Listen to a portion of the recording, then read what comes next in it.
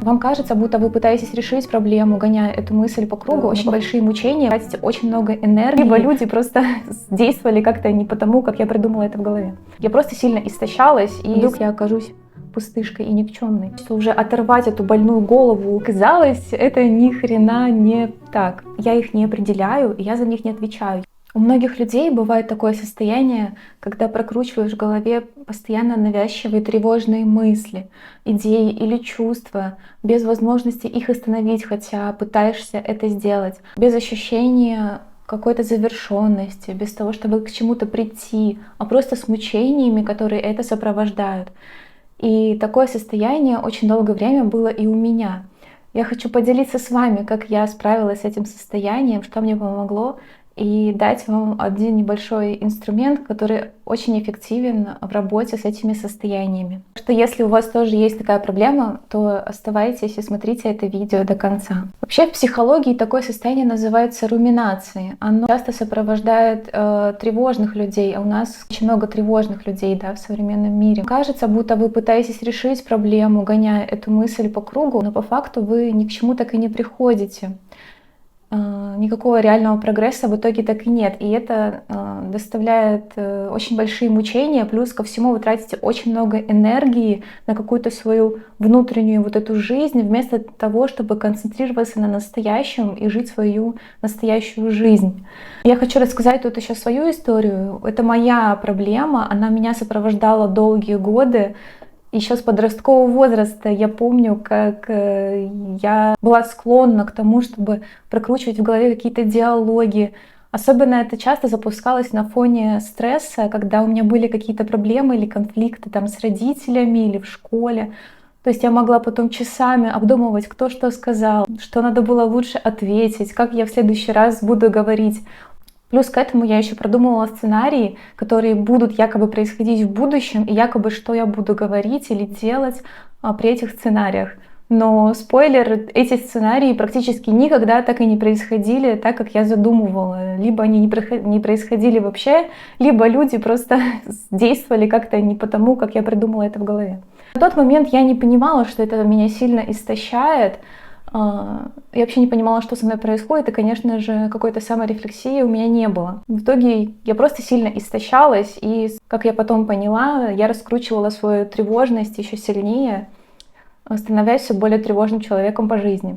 И в дальнейшем, в более взрослом возрасте это продолжилось, но к этим мыслям тревожным у меня еще добавились мысли о будущем из разряда «а вдруг, а что если?». То есть звучат они примерно так. А вдруг я не поступлю в институт? А вдруг я не справлюсь? А вдруг я что-то завалю? А если что-то случится? А вдруг я заболею? А вдруг заболеют мои родные? Вдруг я окажусь пустышкой и никчемной? Вроде бы ты прокручиваешь эти мысли в надежде все предусмотреть, подложить себе соломку, но этих «а вдруг, а что если» оказывается просто миллион. Только ты одну мысль обдумаешь, и вроде бы придешь к тому, что ты будешь делать, а вдруг, если меня уволят, например, то я там буду делать то-то, то-то, то-то. То тут же приходит следующая мысль: а если ты заболеешь? А если ты заболеешь раком, условно? Таких «а вдруг» реально может быть миллион. Дело в том, что невозможно всех их предусмотреть. В итоге я приходила к тому, что все эти мысли, они лишь загоняют меня и истощают, и это доходило до того, что просто я часами не могла избавиться от этих мыслей, хотя я пыталась. И в какой-то момент это настолько изматывает, что хочется уже оторвать эту больную голову от тела и выкинуть ее куда подальше, лишь бы ощутить наконец-то желанное спокойствие и умиротворение хоть на какое-то время. И, конечно же, эти события и сценарии, на которые ты тратишь очень много времени в своей жизни, обдумывая их, в итоге вообще так и не происходит никогда, либо случаются в 1% случаев, и не настолько все катастрофично, как ты себе придумываешь. Хотя ты это вроде и понимаешь, и пытаешься от этого избавиться, потом через время все равно опять находишь себя в этих состояниях.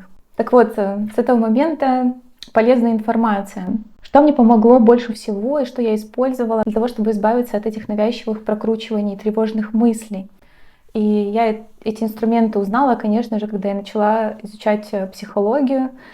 Я поняла, что у меня, оказывается, есть требования к моим мыслям. То есть Я считала, что я должна свои мысли контролировать. Я считала, что если мои мысли появляются, то их обязательно нужно проанализировать, продумать, что это действительно то, как я считаю, то, как я думаю, и что я ответственна за свои мысли.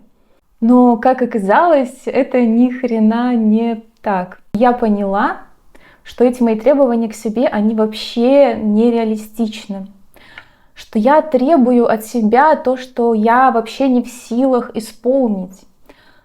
Потому что мысли свои я не контролирую, и никто не контролирует из людей. Точно так же, как мы не контролируем биение своего сердца, свое дыхание. То есть мы можем его задержать чуть-чуть, да, но в итоге тело все равно начнет дышать.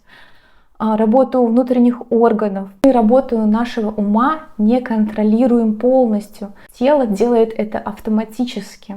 Эти мысли, которые генерирует мой мозг, вообще не имеют ко мне никакого отношения. Представляете, это было для меня просто взрыв мозга. То есть пока я сама не решу, что это имеет ко мне отношение, это не имеет ко мне никакого отношения. Это просто какое-то радио, какие-то там истории кто-то рассказывает на фоне, что вообще ко мне никак не относится и никак меня не определяет. И мысли, они не должны быть какими-то определенными, какими я хочу их видеть. Они могут быть абсолютно любыми. Я вообще их не контролирую. Они — это не я их не определяю, и я за них не отвечаю. Я отвечаю за свои действия. То, что я делаю, за свои поступки, да, но не мысли.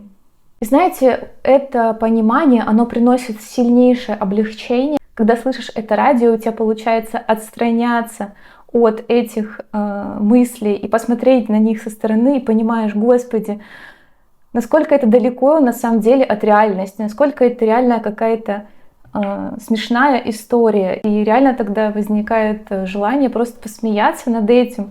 Надо же, какие интересные истории мой мозг может придумывать.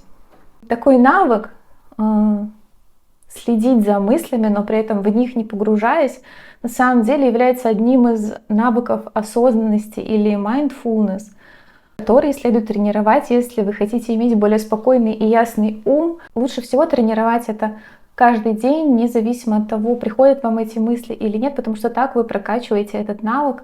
И когда вас накроет очередная волна тревожных мыслей, вы уже будете сильнее и сможете им противостоять. Что ж, на этом моя история все. Я надеюсь, что этот инструмент из психотерапии вам поможет справиться со своими тревожными мыслями. Пишите, присутствует ли у вас мыслительная жвачка. Она бывает очень у многих людей. Справляетесь вы с ней или не справляетесь. Может быть, вы вообще не знали о ее существовании, только сейчас поняли, что с вами происходит.